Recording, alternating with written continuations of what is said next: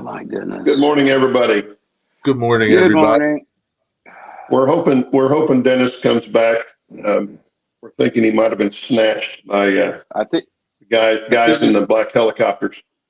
I think he's been abducted. Yeah. And my link for the show went away, so I can't do chat. We'll let Jerry do chat. Wait a minute. It just there it is. Thank God. Oh man, just in the nick of time. Woo! Okay, we're good. Okay, let's go. Good morning, everybody. You got Stephen Wigwag, Stephen Childers, Rob T-Man, Lynn McCurdy. Good morning, Lynn. Gerald Stewart, JD, Grandpa Rails. Good morning, John. Steve Anderson. Good morning, Steve. Scott Baker. Good morning, Scott. And Chuck CDP. How are you doing, Chuck? And let's see who else we got. Bernard. Good morning, Bernard. Chris Brew. Good morning, Chris. Let's see. Al Marr. Good morning, Al. Mark Pruitt. Good morning, Mark. And Digger. Good morning, Digger. Mike. Deep Run Railroad. Good morning. Gail's in chat. Good morning, Gail. And Dwight Curley. Good morning, Dwight. Messy Modeler. Oh, I like that one. Good morning. Welcome to the show, Messy Modeler. And let's see. We've got Indian Head Valley Railroad. What's up? Wow. Okay. Anyway, good morning, guys. Good morning, everybody. Whew. Morning. Now everybody. I'm tired. Dennis, what's the secret password? Messy Modeler. Okay. Messy. There you go. Really, Dennis. Jerry was afraid you were abducted by government entities. Yeah. We're coming back. The men in the black suits. Maybe next week. You were taking off along to get week. back. Yeah. Inside joke, guys. Anyway, Yeah. good to see everybody. Hope everybody had a good week. Yeah, and we also got Tammy popped in. Good morning, Tammy. Steve has the train running. Yeah, I got a little one running. Yeah. I do too, but you won't see mine for another 5 or 10 minutes probably. How's Of Wilmer course. doing? We haven't seen Wilmer in a while. Yeah, how you doing, Wilmer? Good to see you. Yeah, glad you popped in. And Lee Anfield Road in the Lost popped in. Hi. H&H Express popped in. Good morning, guys. Let's see. Anybody got a subject for today? Because we have none. Well, Jerry's going to show us some stuff here in a minute. We know that Jerry's got something going on his workbench. So I got some stuff on my work. What Jerry's got going on. Yeah. Shall I start? Well, lately I've been working on. We got to start somewhere. Yeah, pipe loads for flat cars. I've been working on them lately. Cool. So these are two that I came up with. Just straws. I paint the ends. Good. Yeah, cut up some balsa wood. They're okay. And little ones. Good. Yeah, little ones. What color green is that? That looks really authentic. What color green is that? It's Vallejo gray sky or green sky. Green sky. Green sky. Green sky. That almost looks. That looks like the color that most railroads paint the inside of a caboose too. Oh yeah. That's true. So I've been working on these. What were you going to say? See, I was thinking it looked like that's the almost specific color that a goblin is. If you didn't know. Oh, a goblin. So my other project before that was I put these Detail West log bunks on this car.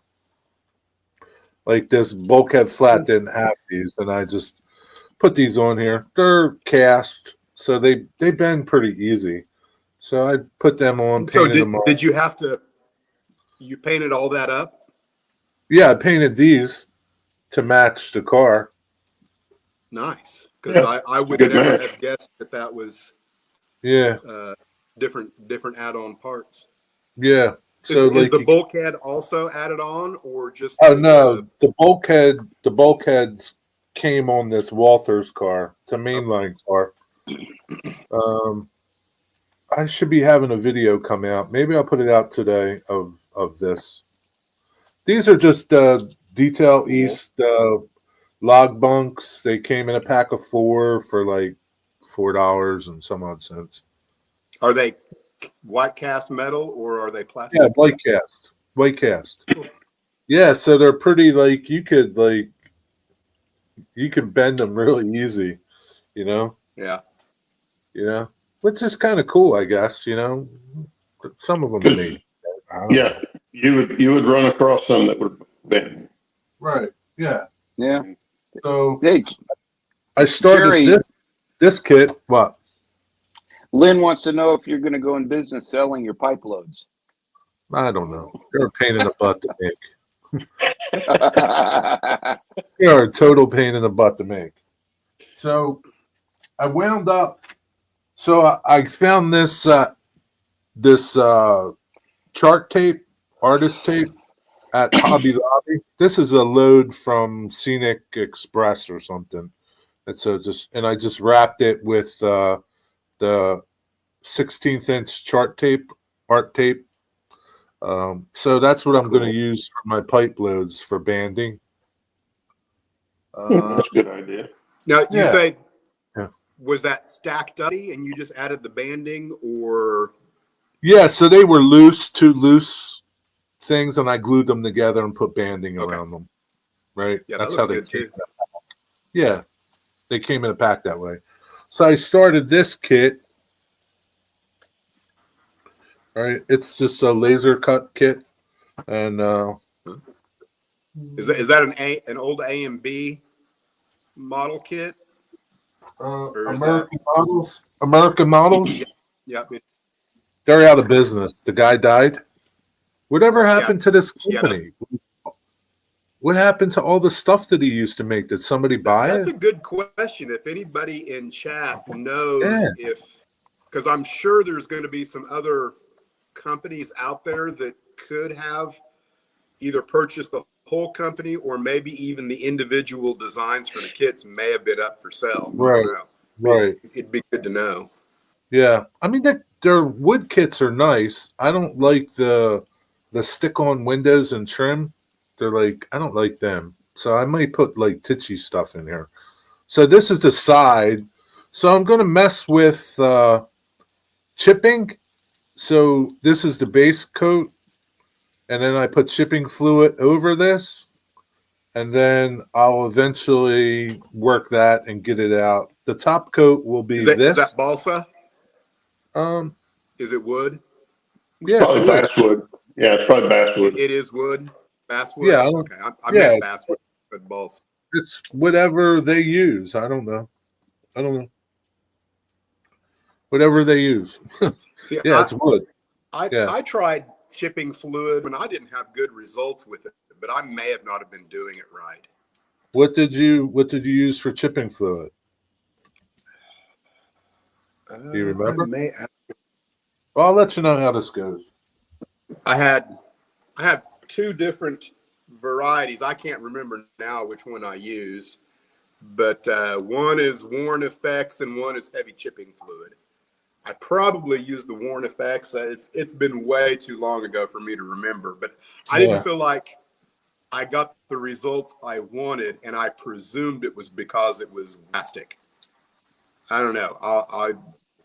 I'm looking forward to seeing your results to see if you had a different result than I did. Yeah, I'll let you know how it goes. And you guys remember this. So good to know, Mike. Thanks. What was this? GHQ diecast white metal forklift, right? You guys remember that, right? Yeah. Yeah, you should have said last week. Yeah. And then did I show you this last week? This is the loading dock that I scratch built. The roof. I don't think you showed us that last week. I don't remember You, seeing No. that. you showed us the base of it, but you didn't have the top on. Yeah, like I added to the base. Like this is the original. And this is what I added. This part of the base, Okay. right?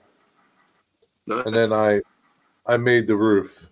Like I don't know. It's not great, but it'll work. I mean, it's not Good. What's it made out of? styrene. Everything's styrene. This is styrene.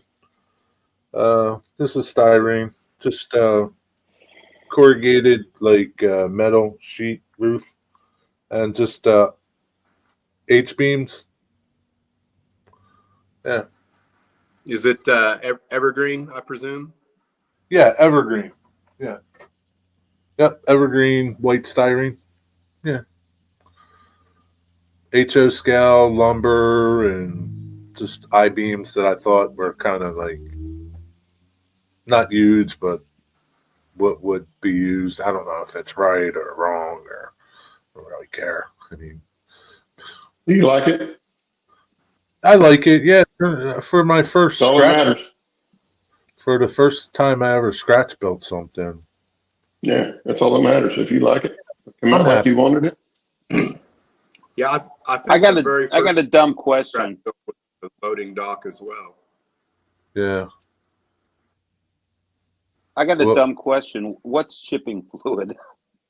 chipping fluid. It's just I don't know what it's made out of. I like the queso kind myself. Yeah. I use the. Salsa's I not prefer bad the either. red But salsa kind. Yeah.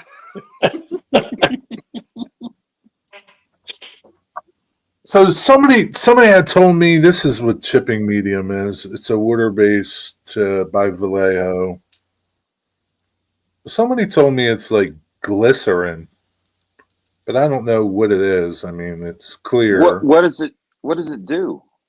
So like it makes the effect of chipped paint. Like so Oh, okay. you put that like I have that red under there, right? And then you coat the whole thing with chipping fluid.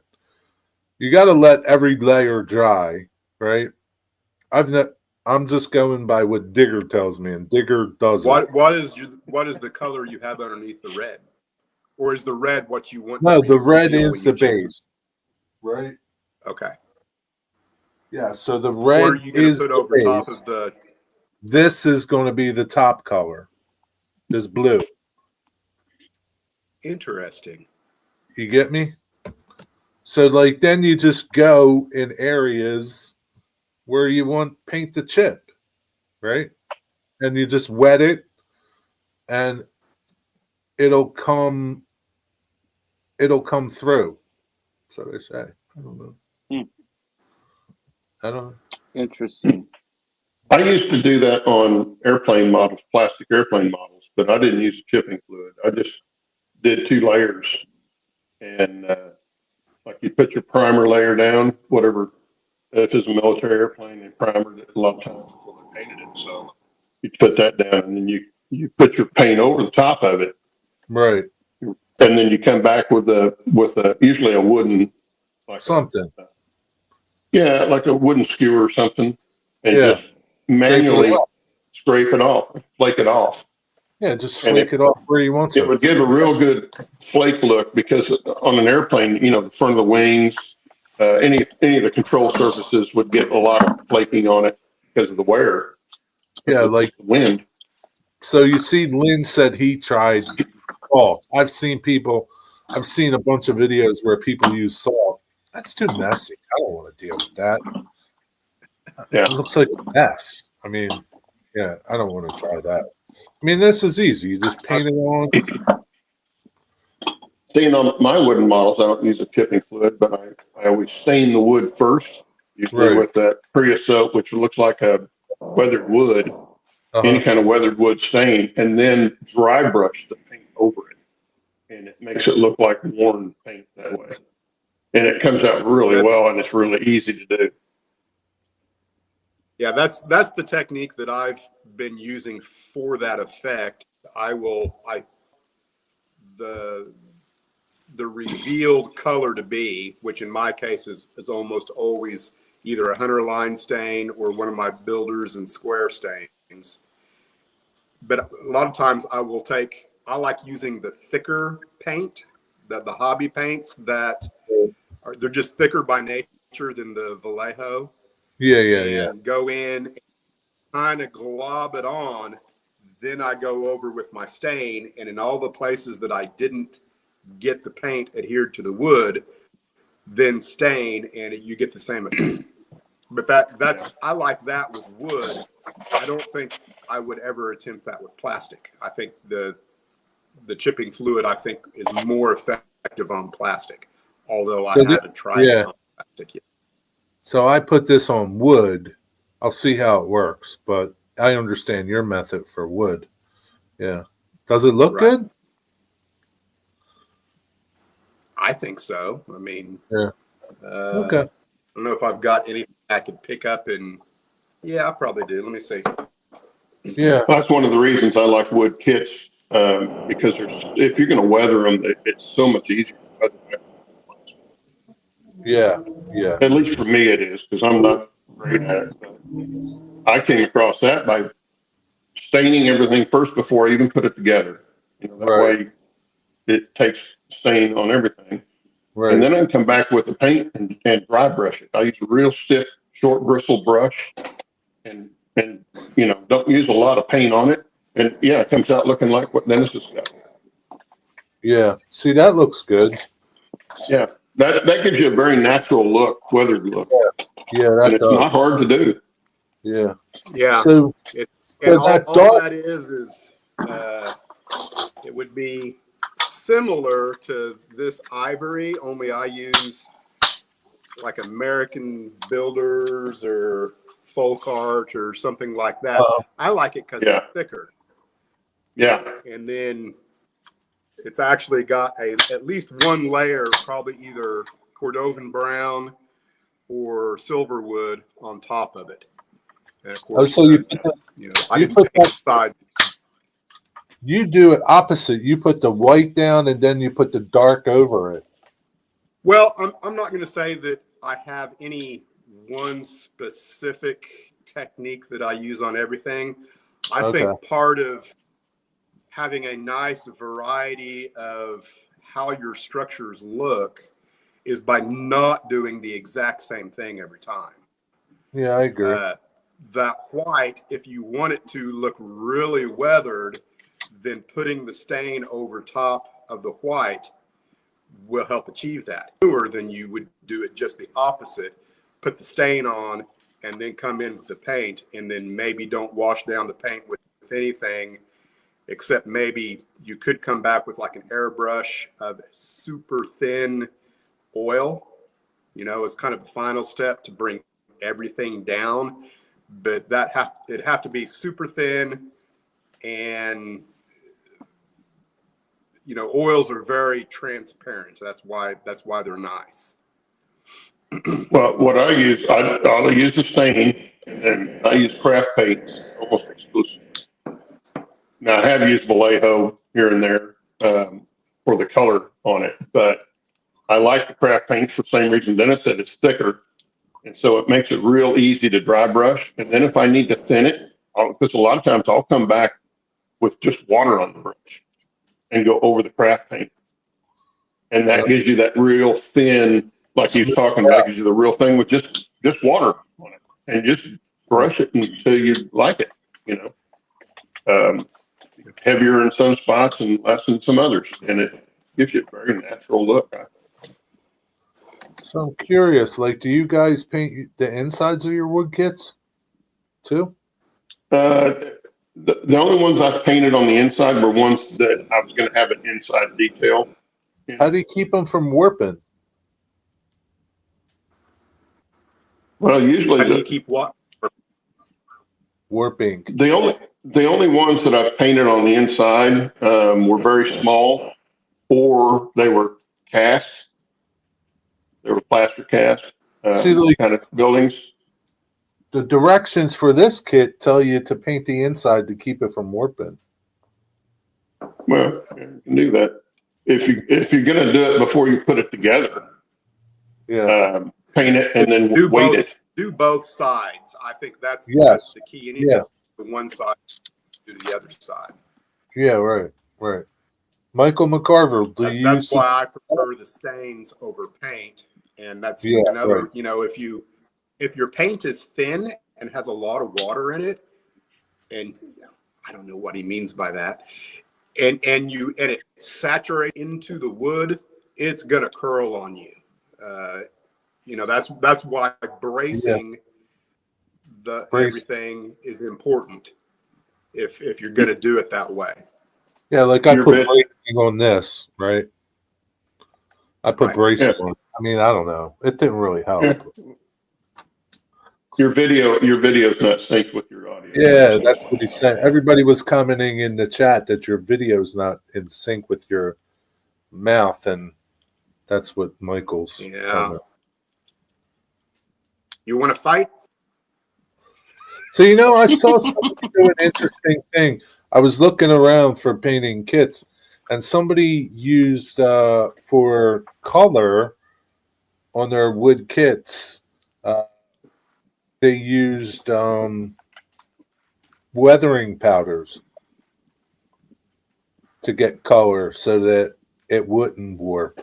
Right, you're not inducing any moisture, and it really I did a little test, and I had a blue weathering powder, right.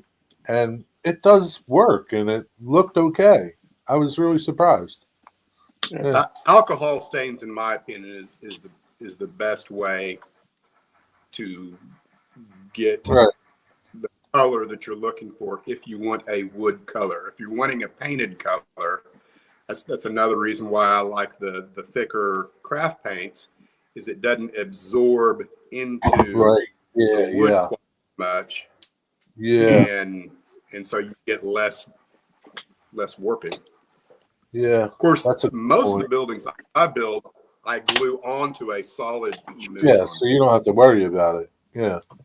But not all of them. So I mean, I think the next building I build will be hollow because I want to be able to look in and see. I'm going to put big picture windows in the front. I want to be able to see all the way to the back of the building. That's my plan right now.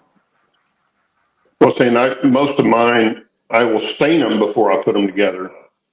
And when I do that, I'll stain them and I'll weight them. If it's a big wall or something, big flat surface, that's what's going to warp. So I'll weight it down until it dries. And then if it still warps some, then I'll brace it on the backside. But I don't put the craft paint on it until I put it together, usually. And so once it's put together, it's not going anywhere.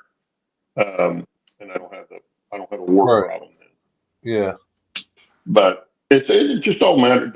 Depends on what the kit is, How's the kit itself go together, and how much of it are you actually painting and all that stuff. Highlight Steve 87. Steve, you can only get that type of tips right here. Back on track. What was the tip? He says, "Wow, stain for wood staining and paint for paint color." I need to write that down. Yeah, you can only get the painfully obvious here on this channel. Yeah. Did you see what Michael McCarville said? Oh God, no. No. What did he say? I don't see it. I don't. Oh, the one directly above what Steve said. Oh, not that one. That's a good comment too, but that's not the one I was talking about. Okay. One just above Steve. Oh, this one. But his kit walls to part of a tree. Yeah, this is true. Oh, excuse me. Wow. Well, since we're talking about painting and staining and things like that, we might as well. Oh yeah. Take a look. My first official OC and RG rail car. This is rail, which I think I showed this. Was that a kit? Yeah. A wood kit? No, it's all plastic. Okay. So it came as a boxcar. You didn't have to put it together, right? Sides and roof and ends. Well, I'll show you. Let me get one. Yeah, that's a cool little kit. Now this is not the same kit, but it's the same premise. So that's I how. would say that Okay. it comes pretty much like this. You get the whole box car, and then there's dozens of little add-on greebles that turn into tiddlywinks and fly everywhere. It's not what I would call an easy kit. I'm feisty.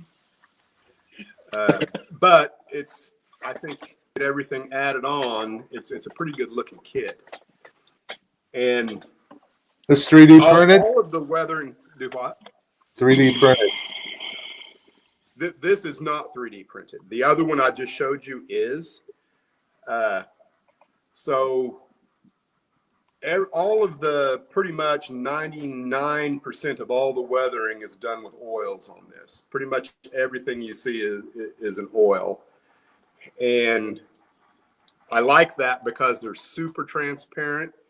And what I do is I take, just, a small brush, kind of like this. I will get the brush covered in the oil that I want, which I used Abtalung dust to bring the color down, kind of, I don't know what the word, fade it, to fade it. Yeah. And I just swirl this in mineral spirits, Gamsol, Gambsol, I think, odorless mineral spirits. I don't have the bottle near me, but swirl it in there, and then you put a layer on. You let it dry, and you're not going to be able to see that you did anything. Then you put another layer on after it dries. You're probably still not going to be able to see that you did anything. And you keep going until you go, okay, I think I've actually achieved something. And then you can clear coat that and then start with another color. Like I did dust, and then I did a layer, like multiple layers of soot. The top is supposed to be representative of smoke coming across the top from the locomotive, but it all started out as the same color. And who makes that model kit? Who makes it? Rail Line. That kit that you got right there. They're in business anymore. Oh, they're The not one in that I business? just showed, Rail Line. Yeah. So. I don't think so. Wow. I don't think so. I think you can.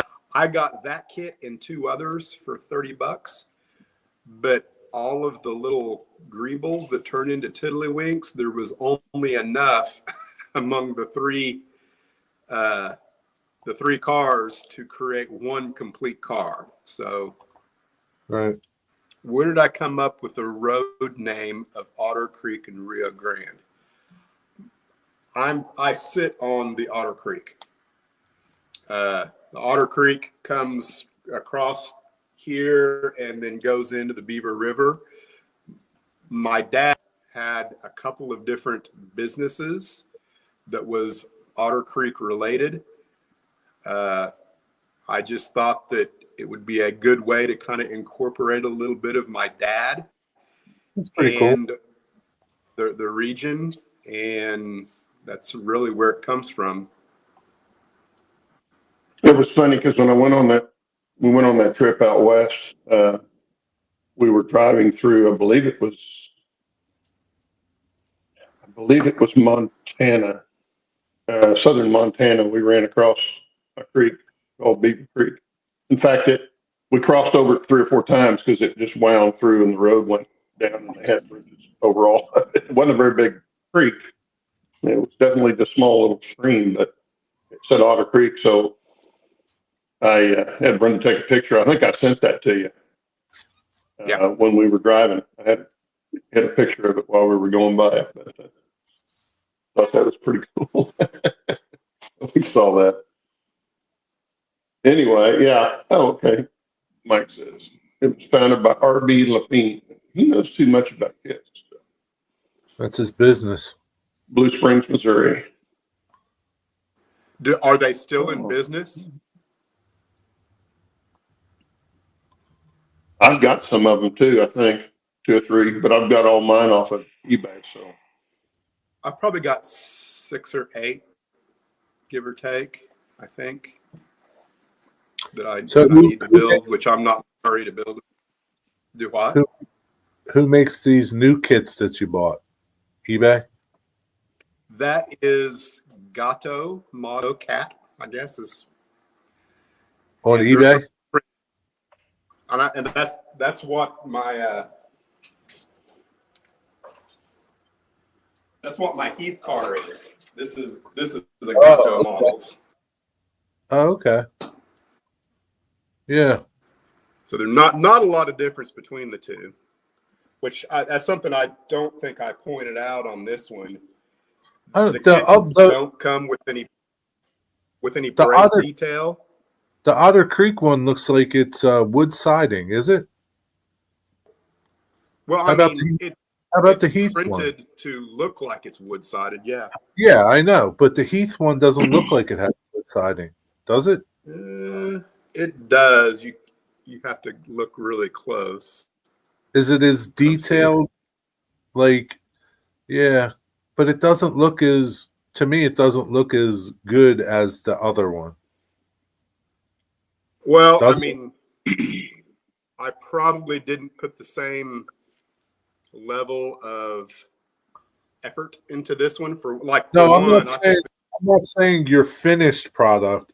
I'm saying your raw product. Like the detail in the siding doesn't look as defined in the Heath one as it does in the other one. But it's just my eye. I could be faking. It could be the way the light is reflecting off one versus the other. Yeah. I don't really notice. Yeah. You know, maybe at the bottom of the door, because these doors don't move. They're just molded on where the rail line does have. I don't know what the trick is to make it movable without scraping off all of your paint. I've actually ordered the May-June 1980 magazine. What's it called? The Gazette, the Narrow Gauge and Short Line Gazette. Jim Vale does an article in that particular publication that talks about how to improve the rail line cars, hopefully in another week. And then the next one I build will be better than that one.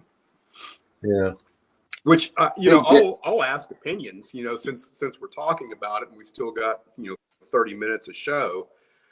What do people think of the logo itself? I love the logo. I mean, it's big. Yeah. I like it. I'm of the opinion that it should be 25 to maybe 50% smaller. So I'm not curious. 50. What? Maybe 10%. You don't think 50? No, man. No. I think it looks good. I don't think it looks. Because listen, you could make some smaller and some that size, and just they changed. It's just like I think all the railroads had some type of change. CSX is always changing their logo, right?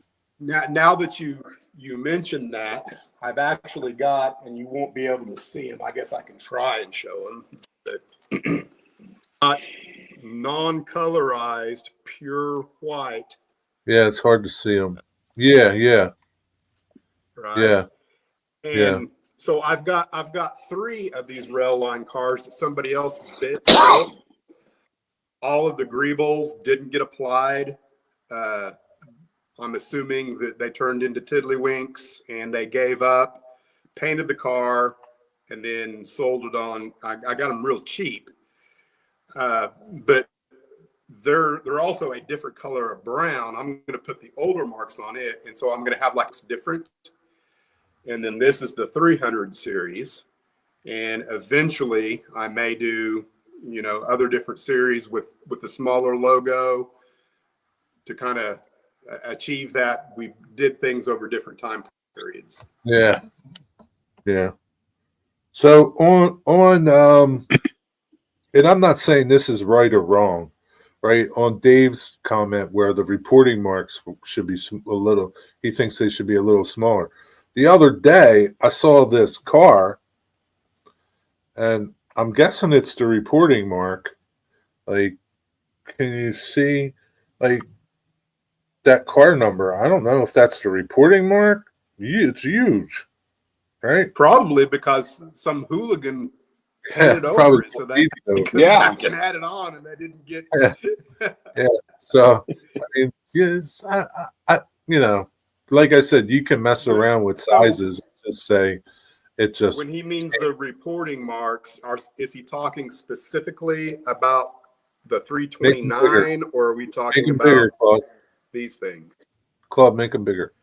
You talking about this stuff, or specifically the 329? See, one thing that I do like about the bigger stuff is, for my old eyes, you can see it. Really easy to see what you're looking for on the railroad. So in that regard, I don't mind it. So where did you get your decals? You got them done, and he scaled them to your scale, right? Basically. So the way, if you'll remember, a couple 3 weeks ago, a gentleman by the name of Richard Smith and then sent it to me. One of your Patreons or something, right? Well, I'm not monetized in any way whatsoever. So, just one of your one of my subscribers, and he's also a member of the HO Narrow Gauge Facebook page. He built this, which is a rail line car, sent it to me, and then I don't know, a couple 3 weeks later, he's like, are you going to get decals? And I think I said, well, eventually I'm going to do that. I'm not ready to do that yet because I got other stuff to do. And then in 10 minutes later, he hit me back with, what do you think of these? He just lifted my logo off of my channel. Yeah. And then created the whole page, and we went back and forth with each other on what we liked. And then he created the first rendition in some company in I can find it so I can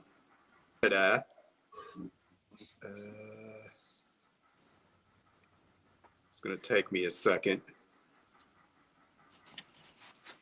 William Brillinger is the gentleman's name, and I've got a link here. That made it's called Precision Design Company, owned by William J. Brillinger or Brillinger. They're in Canada. I think that's where Heath got his. I think that's where Heath got his decals from. Precision Design. $20 setup fee for the decals, and then and I forget how much. They're fairly reasonable. And he set it all up for me, and I went in and made a couple of little changes on my end, and then I ordered the decal sheet. I think Richard's got his own decal sheet that he plans on building another specific street car. I think he is. I don't know. He might not. Cameron would know. I'm just trying to decide if I need to send him. Yeah, I think that's where Heath got his PD Precision Design Graphics or something like that. Out of Canada. Yep. Yeah. Yeah, so that sheet turned out nice. I like them. I mean, I like that big logo. I think that car looks great. But if you want to make them a little smaller, make them smaller. I don't mind it. I don't think that would work on a locomotive for sure. I think if I'm going to have Otter Creek on the side and the meatball, I think the meatball is going to have to be smaller in order for that to all fit. You would put it on the tender, right? Right. Well, it would be the same thing for like a gondola car or something like that. Anything that's smaller. Like I don't even know how you'd do a flat car. Well, you couldn't put the logo on it. All you could put is the name on it. Yeah. I think it looks nice, man. Yeah, I like it like that. And you just I'm happy with it. I just, if you actually look at some photographs of the Colorado Midland, which is the inspiration for the whole logo, you'll discover they were considerably smaller. When I first saw it on the car, when he showed it to me and things, I was more focused in on the logo itself and the color and not the sizes compared to the car. And I'm not so sure that the car itself, the graphic that was been on a standard gauge, and so the logo appeared a little smaller on the standard gauge car as compared to a narrow gauge car. So let me ask you something. Like the cars, right? Were they not like a standard size, or were some railroads bigger, some railroads smaller? Like a 50-foot boxcar is a 50-foot boxcar. I mean, do you understand what my question is? I think that certain manufacturers were a standardized car, and then the railroads themselves could request different applications for the car just for their road. I presume, be like, if you're going to purchase a fleet of Chevy trucks, you might be able to tell GM, look, we want 500 of these trucks for our company, but we want these features that are like maybe part we don't want is this feature that's also a part of the Sierra line or whatever, so that large manufacturers could get certain aspects either with or without, depending on who was purchasing them. Yeah. This is out of the book I was telling you about, but you can see the difference between the one on this level versus the ones lower down. There's a lot of differences, right? Big numbers, big letters, tiny numbers. Yeah. I think it made a difference where it was built, and painted and stuff, more than anything else.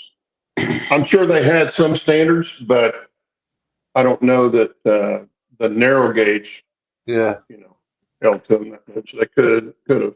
But that's the nice thing about this book. It's got all that kind of information in it, if you're wanting to be very pro-typical. Yeah, so it went through stages. They got the little stage and the bigger stage. It's like, who knows? It's just, I like them both. That one for a lot of railroads. Yeah. Went through different design stages.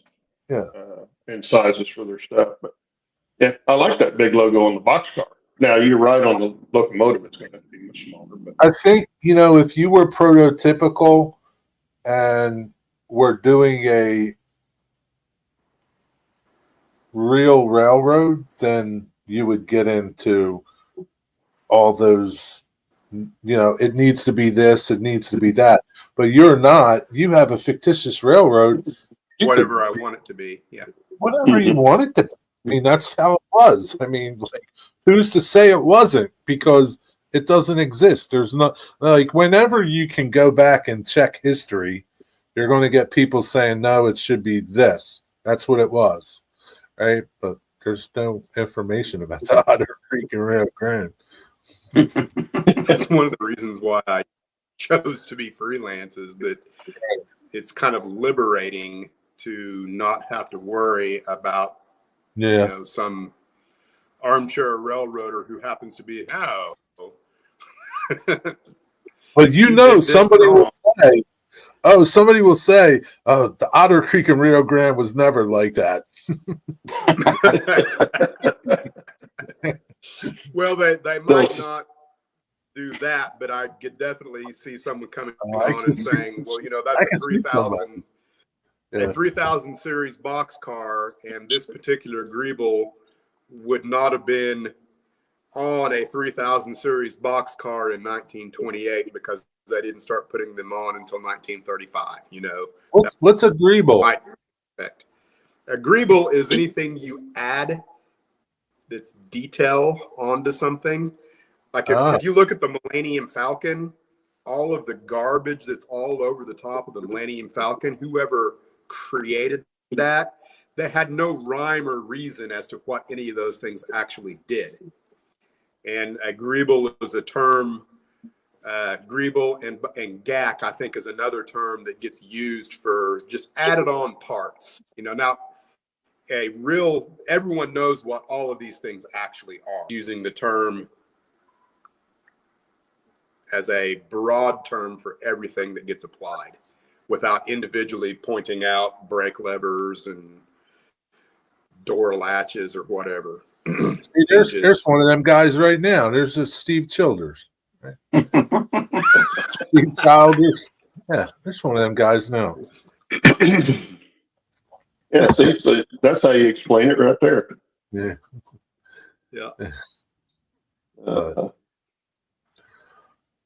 Yeah, and Dave's got to get it. If they're that picky about details, probably never did it themselves. Which is true, because it's yeah. Which I have done a video on this car that will come out after the third video on the turntable. So I'll talk a little more in depth on how it all worked out. So anyone interested can watch that. I'm just giving you a hard time, Mr. I think Cowboy. I am the very first person to ever do a build on a railline car on YouTube, because I could not find a person that has ever uploaded a video on the railline boxcar on YouTube. Yeah. I think there's plenty of articles probably written about it, but I don't think anyone's done a YouTube video. Yeah. Well, it was, a lot of the narrow gauge stuff in HO was all done before you had manufactured pieces. You had to build them yourself. And of course, that was back too when you didn't have YouTube. We tend to forget YouTube's relatively young. So unless somebody's done it in the last few years, you're not going to find it. Be interesting to know, like, are there people still getting into that scale, the scales that you do? Are there people still getting into it? I think there are. Maybe not. I know there are. You go on the eBay and look up HO narrow gauge, HON3 stuff, and you'll see what the prices and stuff are on them. And people are still buying it, so they're still into it. Now, do they stay in it? Who knows? I wonder how much of that was at Amherst. Be interesting to see how much. Yeah, if anybody went to Amherst, how much was there in HON3? Probably not much. Now they had yeah. They had the one narrow gauge there in Pennsylvania, East Broad Top.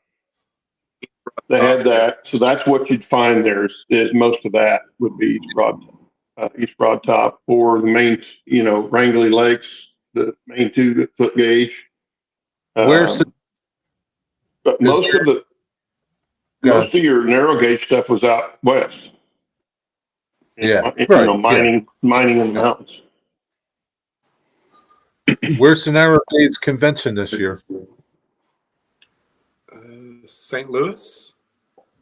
You going? I think that's what I heard. St. Louis. I'm not. I know St. Louis is a pretty good drive. I wouldn't mind going, but I don't know what the dates are. Mind going, but the reason to go would be Well, I don't know. I mean, I would love to be able to go and see.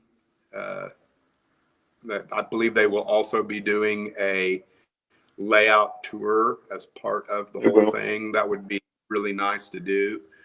But To me, that would be the biggest draw of going to a convention, is going to see the other layouts that are in that area. And that's why I wanted to go to the Denver one, but it just didn't work out. if I thought I could pick up a Blackstone C19 on, that might be worth it. You know, if there was like a bunch there that, you know, people were going to heavily discount because of the competition at the site. I don't know. You already know if you go. Yeah, I need one or two, maybe three more C19s. Michael McCarville, are you going? Are you still here? No, I think he left. Oh, okay. Oh. Hey, Jerry, what kind of truck do you got? What? Digger says you got a fancy truck. What kind of truck do you have? I got a Ford F-150. I don't know. He says it's fancy. I don't know. It's fancy to him, Ford, I guess. Ford doesn't make anything fancy. Yeah, he says you know everything. Yeah, you drive a fancy truck. Yeah. Yeah, that's all right. Okay.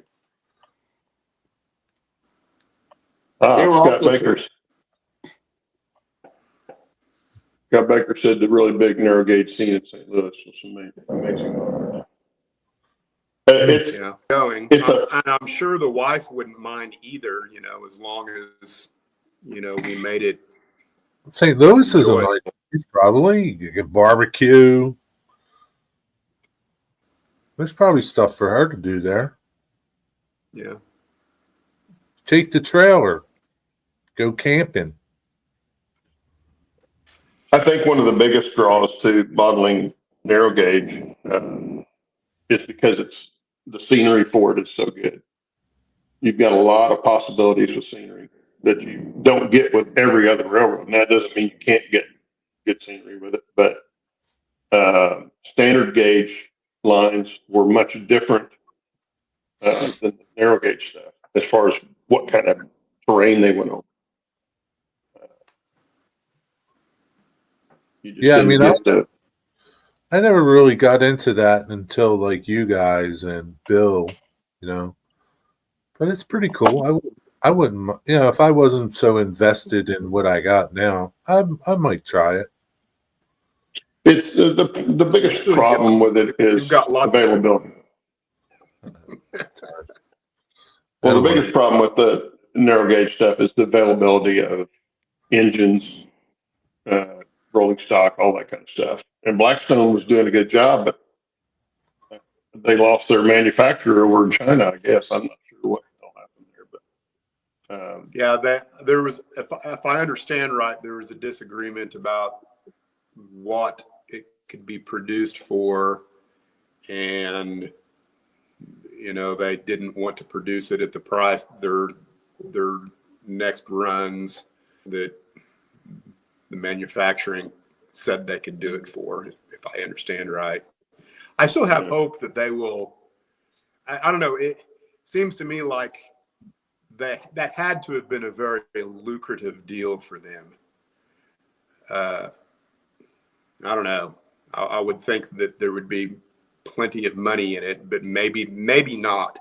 Maybe they realized that only this percentage of their total income was coming from something that was taking a lot of time, energy, and money. Might be part of it too. I don't know. Yeah. Well, like was said before, you know, it's there's a lot of people that do it, but it's still, in the scheme of the hobby, it's still a very small percentage. So you're limited. I mean, you're not getting guys that are into O gauge trains or something like that even going to look at HO narrow gauge stuff, much less buy it.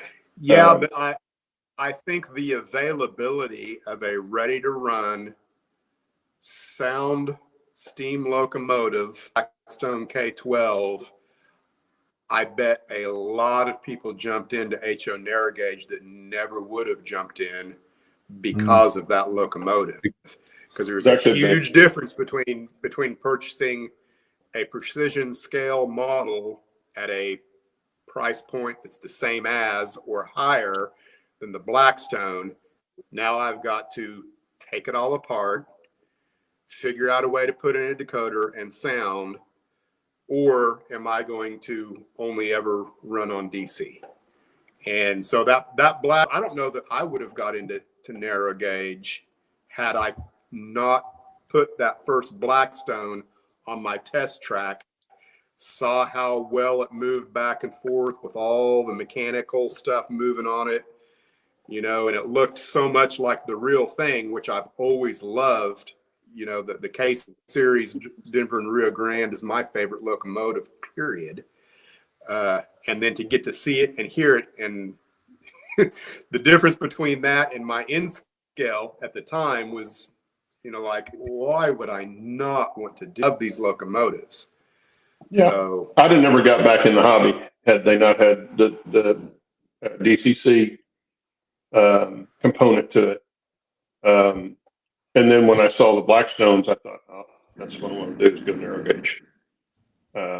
Because I knew the scenery was what I was really wanting. I've always said that. I always wanted that big scene, walked in the door, and narrow gauge is right in the middle of all that. So that's what got me back in the hobby. Otherwise, I would not have. If I was just running regular HO trains, I wouldn't have got back into it. Standard gauge trains, I wouldn't have got back into it. But I figured with the narrow gauge too, the other good thing was I could build a decent sized layout without taking up a lot of room, because you got the tighter turning radius and steeper grades and all that stuff. How big is part of the program? Dennis, how big is your little time saver? How long is that? it's 2 foot by 8. 8 foot. Hey, you got a lot going on in that little 8 foot thing. Damn. Yeah, and that was based off of, was it John Allen's time saver? Yeah, switching layout. Yeah, there's some subtle differences, but for the most part, that's what it is. Yeah.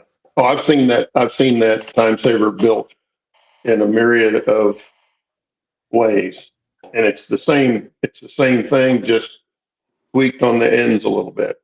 That's basically all it is. See you, Wilmer. Thanks for coming in. Don't believe anything Steve87 says. You're not getting 20% off of Michael's stuff.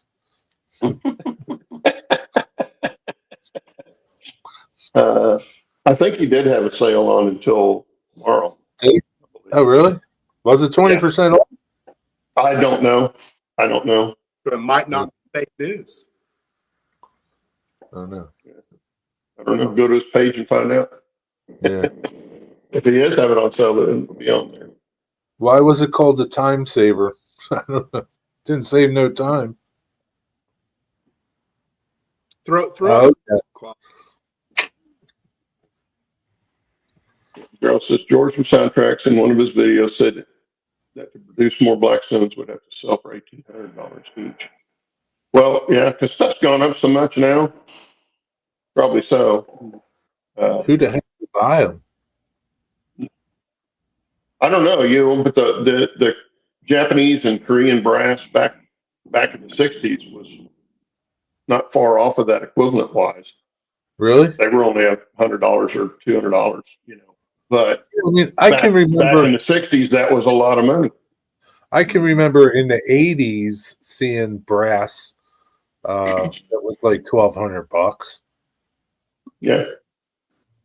And depending on the manufacturer and the condition of the engine, they can run that unpainted, no decoder and unpainted. But a lot of true collectors, guys that bought them just to put them on the wall, bought a lot of brass. You see a lot of people that are collectors, and they've got layout too, but their display locos are all, a lot of them are all brass. Yeah. And, they look good, that's for sure. They just look funny pulling a train on layout. So on the shelf, they look great. in HON 30 or whatever you guys, I always get confused. Is Blackstone the scale trains of locomotives? They were the only ones that I'm made not a. familiar enough with scale trains to. Well, like, are they the comment. pinnacle? Are they like the top of the best of the best? Is Division boot rim point. division point.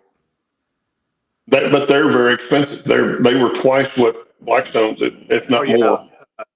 A K27 or K36 boot rim division point without DCC and sound is going to go for $2,000. Who makes it? Boomerang. Division point, and then I think there's Division add-ons that Boo Rim does, BOORIM.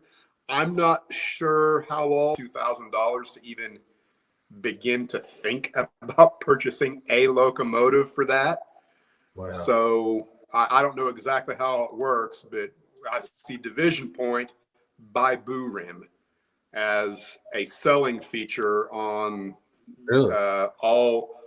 What's the name of the site I go to? Brasstrains.com. Yeah. Every once in a while, you'll see one for sale there, but they're exquisite models. They are. Yeah. They're beautiful models.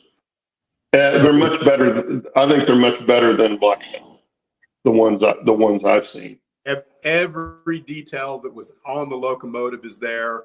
Every painted on decal, so to speak, that would have been on the locomotive is there. It's just there. Wow. Yeah, I just went to. That's our time, guys. In fact, we're over a little bit, but Jerry's. we better get off of here before Dennis disappears again. Well, guys, thanks for being here today. Everybody have a good rest of your weekend, and we'll see you back here next week. Yep. Better see you, buddy. Take care. Thanks for